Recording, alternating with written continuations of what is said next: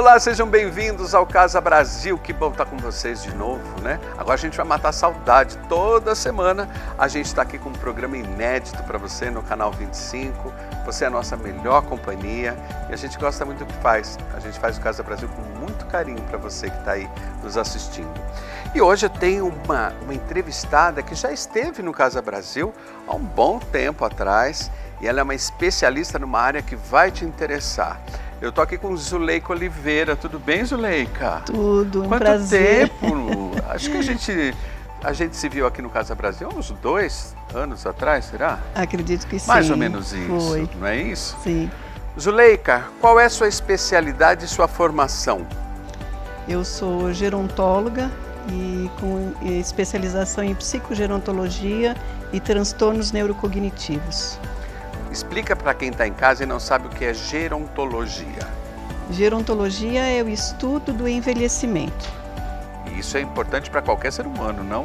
Com certeza, porque com muita sorte todos iremos envelhecer, né?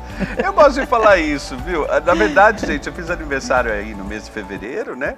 E fiz 59 anos. Sim. E aí a gente vai chegando pertinho dos 60, que é considerado oficialmente a terceira idade. Isso. E a gente começa a se assustar, Zuleika. Uhum. Porque 59 para mim parece igual ao que foi 57, meio o que foi 49.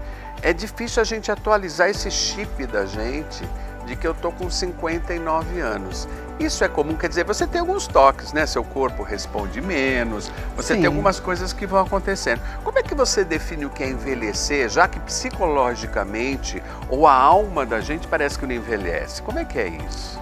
Existe o envelhecimento, existe a idade cronológica e a idade mental. Então, aí depende de como você envelhece, de como você se preparou para envelhecer.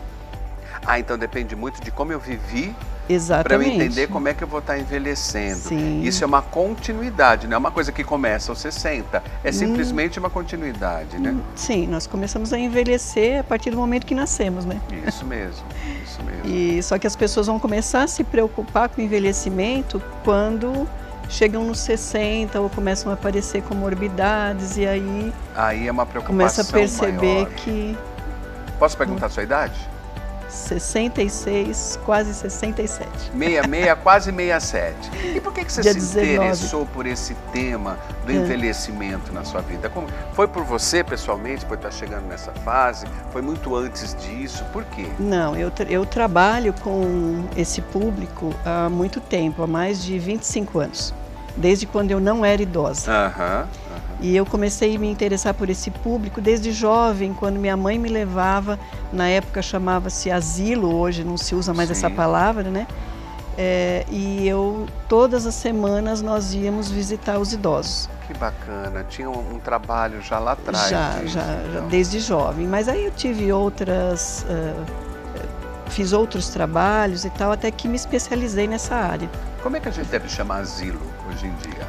ILPI.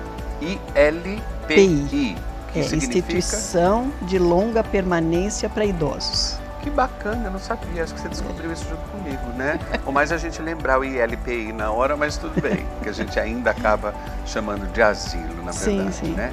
Agora, você sempre foi uma estudiosa dessa fase de vida, e isso, com certeza, bateu muito agora nesses tempos de pandemia, nesses tempos onde as pessoas idosas estavam mais proibidas do que já são, às vezes, de estar saindo com tranquilidade de casa. Sim. Tudo ficou mais difícil. O que já era difícil ficou mais difícil. Como é que foi seu trabalho nessa fase? Como é que tem sido há um ano, né? Desde final de fevereiro do ano passado. Desde março, exatamente. Né? Março. Eu não deixei de fazer meus atendimentos, né? Claro, com uma grande dificuldade, porque nem todo mundo tem familiaridade com rede social, né? Com computador, celular, enfim. Mas eu continuei fazendo tudo que eu fazia presencialmente, eu fiz remotamente. Entendi. Inclusive atendimentos de idosos e cuidadores de idosos demenciados, eu não parei. Então você cuida Pelo tanto contrário. do idoso quanto do atendente também, da pessoa que acompanha o idoso. Quanto do cuidador. Quanto do cuidador, Sim. né? Vamos chamá-lo de cuidador. Principalmente o cuidador informal. Entendi. Que é aquela pessoa da família que de repente se vê numa situação que jamais não se Importante preparou isso. para aquilo, né? É verdade. Não tem conhecimento. E quase todas as famílias, né, gente, acabam caindo nessa situação. Quando Com uma certeza. pessoa vai adoecendo, pela idade, às vezes até não pela idade, por uma questão de doença mesmo, né? E alguém tem que assumir o lugar do cuidador. Esse é um momento muito difícil para a família, né? O que você aconselha quando essa pessoa cai no papel do cuidador? E principalmente quando ela não está esperando isso é muito comum nas famílias. Porque o idoso também ele pode estar vivendo com uma qualidade de vida. Acontece um fato, Sim, caiu, e quebrou ele um fica fêmur, dependente. qualquer coisa passa a ter um cuidador que provavelmente vai ser um familiar cuidador. Como é que a gente pode orientar essa pessoa que é um familiar cuidador? Então, primeiro para que ela não deixe de se cuidar, Entendi. né? Esse é o primeiro ponto. O que não é fácil. Porque não é fácil, porque existem muitos conflitos nesse momento. Uma família de 9, normalmente um só cuida, Dura que é mesmo. né? Então, assim, a Ou cuida mais do que todos os outros, né? tem isso também. E essa pessoa acaba esquecendo do cuidado próprio, né? E acaba adoecendo. Existe uma estatística que o cuidador, dependendo de quem ele cuida, morre antes. Meu Deus do céu. Porque Pela ele se carga de descuida estresse. dele. Exatamente. Isso é muito comum. Descuida da saúde, quer dizer, não faz mais acompanhamento médico, porque não tenho tempo, não tem com quem deixar o idoso, né? A carga de estresse é muito grande, então... Agora, cuidador também virou uma profissão. Além dessa coisa que vai na onda, né, da família entrar nesse papel, Sim. também virou uma profissão de profissionais que são contratados para cuidar do idoso. Sim. E parece que um grande problema dessa profissão é que tem que haver alternância, né? Porque se é uma pessoa que precisa de cuidados durante o dia e durante a noite, são praticamente 3 profissionais para dar conta dia, noite, folga, férias. E as famílias não têm, de forma geral, condições financeiras para contratar esse cuidador profissional que já vem mais preparado. Como é que se faz nessa situação, minha amiga? Uma pergunta que não tem resposta, eu não tenho né? a solução. É só o amor que cuida disso? Quer dizer, acaba caindo-se numa questão amorosa com relação ao que precisa de cuidados? Porque não tem outro jeito? É o que eu te falo, acaba sobrando, vamos dizer assim, para uma pessoa da família. Se a família tem condições, contrata uma pessoa. Né? E o resto do período. E o resto do período. À noite, normalmente, acaba ficando sem o cuidador. Sim, sim. Depende do grau da gravidade, das patologias e tudo mais. Sim, não é? Mas a tendência é piorar, né? É piorar. Sim. E como é que você entra nisso exatamente? O seu trabalho. Segura aí, vamos dar um intervalozinho, porque já deixamos todo mundo com água na boca. Por quê, gente? O problema da terceira idade, do envelhecimento, da qualidade de vida, é um problema que nos atinge a todos. Todos nascemos de um pai, de uma mãe, de uma avó que cuidou da gente, de alguém que nos cuidou e que de repente a gente passa a cuidar a partir de uma fase da vida. Até os jovens que acham que nunca vão envelhecer, sinto muito informar, mas vão envelhecer e vão precisar de ajuda e vão precisar de cuidados. Então esse é um assunto que a gente trouxe com muito carinho para o programa, e a Zuleika é uma especialista nessa área. E para a gente repensar um pouquinho, acho que a pandemia nos trouxe muito esse tema de quem é que vai cuidar da gente, além da gente mesmo. Então fica aí, eu volto com a Zuleika já. 2 minutinhos a gente volta já.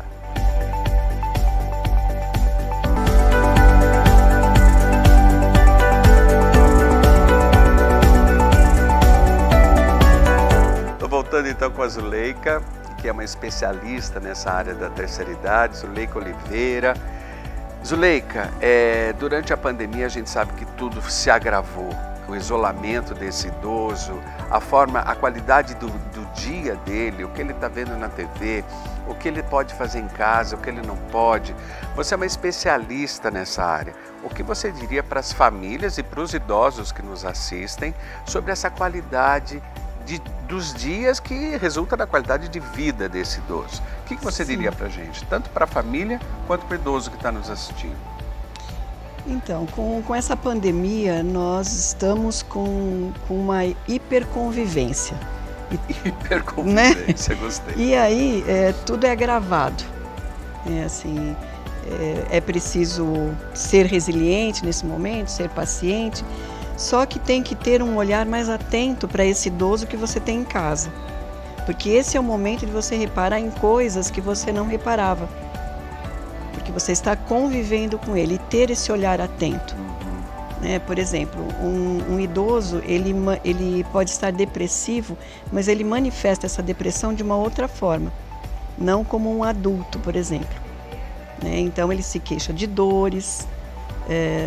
Ele fica queixoso principalmente. Sim, tem um comprometimento no apetite, entendeu? E no sono, qualidade do sono. E o triste é que sim, a maioria das pessoas pensa, isso é normal da idade. E não é. Então você tem que ter uma atenção maior para poder investigar e para poder tratar, O que fala assim, liga a televisão e coloca lá o vovô para assistir. É isso que ele gosta de fazer? Porque os idosos, a maioria, tem uma tendência de não reclamar, entendeu? Principalmente se está na casa de um filho, sempre se sente incomodando, então acaba não se expressando e aceitando as coisas que nem sempre são prazerosas para ele. Entendi. Então, o primeiro ponto é você ficar atento e questionar, Criar um diálogo com esse idoso. Exatamente, criar um diálogo. Colocar esse idoso em contato com o mundo exterior, que isso é muito importante. Então, através de ligação de netos, de amigos, e são as pessoas que estão ali com ele que tem que facilitar, porque nem sempre ele tem essa habilidade. Entendi. Quer dizer, a iniciativa tem que ser dessa família cuidadora, Exatamente. De quem está em torno, para tentar fazer com que ele se manifeste e ele fale. E às vezes o movimento é ao contrário, Eu não quero ter dor de cabeça, eu já tenho problemas no trabalho, que é uma verdade, a vida das pessoas não é uma vida fácil. Às vezes a gente também fica se apunhalando porque está sentindo determinadas coisas. Gente, não é fácil. Às vezes, cuidar especificamente do idoso não é fácil, mas aí é que eu falo que vem a questão amorosa, Cuidar da gente enquanto a gente foi criança também não foi fácil, pode ter certeza que a gente deu muito trabalho, No final, o que eu acho, Zuleika, é que essa troca amorosa acaba sendo a grande receita social, a grande receita familiar, Porque quando cai na obrigação, a obrigação nunca vai ser cuidadosa, o amor é cuidadoso. Então, é uma continuidade, como você estava dizendo, a velhice, Se houve amor nessa relação pai, filho, neto, ela tem que continuar nessa fase ou ela vai continuar espontaneamente. Agora, quando também for uma relação truncada durante a vida, isso vai se refletir lá no final também. Isso não dá para a gente mudar de repente, porque nem todas as relações foram boas familiares, O amor e o perdão é que vai resolver tudo isso, na verdade. Mas você pode resgatar algumas coisas boas que todos nós temos, então... O resgate acho que é uma outra palavra importante. Se a gente pensar então em resgate, em qualidade de vida desse idoso, em tempos de pandemia em casa, você já falou, por exemplo, da qualidade de vida que esse idoso pode ter dentro de casa. Como é que entra aí o trabalho de um especialista como você? Porque me preocupa realmente, vamos pôr o vovô para ver televisão, o que ele vai assistir? Vou ser nominal aqui, sinto muito, tá? Da Atena, vou ver coisas que são pesadas, que vão falar de problemas de Covid o tempo todo, da falta de leito, Como é que vai ficar a cabeça do vovô e da vovó no final do dia? O medo só vai aumentar, só vai se potencializar. Exatamente. Na verdade, Então, isso é um grande perigo. Tentar discutir esse conteúdo de televisão, de conversa, do que vai rolar na vida do vovô e da vovó lá em casa, isso é um ponto de atenção? Sim, é aí que entra o familiar, de ser claro, jamais mentir, contar alguma história para o idoso não querer sair, enfim, porque ele vai confrontar com o que ele assiste na TV, ele vai perder a confiança nesse familiar. E também não ser alarmista, porque assim, existe um grande problema de se tratar uma pessoa idosa como se trata uma criança. Dizer que idoso, quando a gente envelhece, a gente vira criança. Não vira criança. Continua sendo idoso. Então, o tipo de tratamento é totalmente diferente. Entendi. Esse tratamento, que dica você daria ainda para quem tem lá em casa e convive com o idoso todo dia? Que tipo de comportamento eu posso ter? Porque a impressão que eu tenho é que a gente tem que passar para o idoso essa autoestima de que ele é importante, né? Sim. Porque ele realmente é importante. Se houver a questão amorosa envolvida, ele é importante para mim. Eu posso estar sem tempo, eu posso estar de saco cheio do meu trabalho, eu tenho filho para cuidar, mas ele continua sendo um idoso importante na minha vida, né? Eu acho que passar para o idoso essa sensação de que ele é importante, de que ele é relevante na minha vida, é o grande segredo. Porque isso nós todos, em qualquer idade, precisamos nos sentir importantes para aquelas pessoas que a gente ama, na verdade. Sim, com certeza. Inserir esse idoso nas atividades da casa, pegar o que ele, né, pegar o que ele tem de melhor. Muito legal porque, isso. claro, todos nós temos nossas competências. Então, fazer com que ele Ajude trabalhe em alguma nisso ou coisa. ensine, né, para os familiares, não deixar isolado e colocá-lo na frente de uma TV. Outra coisa, preservar a identidade desse idoso. Se, por exemplo, nessa pandemia, esse idoso veio para casa, ou você foi para a casa dele e você começa a modificar o ambiente, você está tirando a identidade desse idoso. Então, existem muitas dicas para você não ir anulando essa pessoa.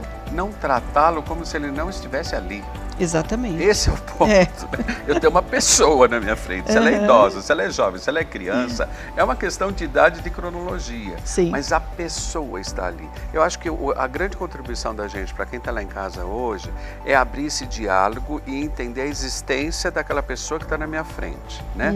Ela pode ter viés de pensamentos por causa da idade, ela pode ter suas opiniões, às vezes, mais rígidas, pela cronologia, mas é uma pessoa. Sim. Acho que se a gente não esquecer desse fato, que eu tenho uma pessoa ali na minha frente, eu não vou passar por cima dela como um caminhão. Eu vou perguntar do que ela gosta, do que ela não gosta, ouvir as opiniões das pessoas idosas.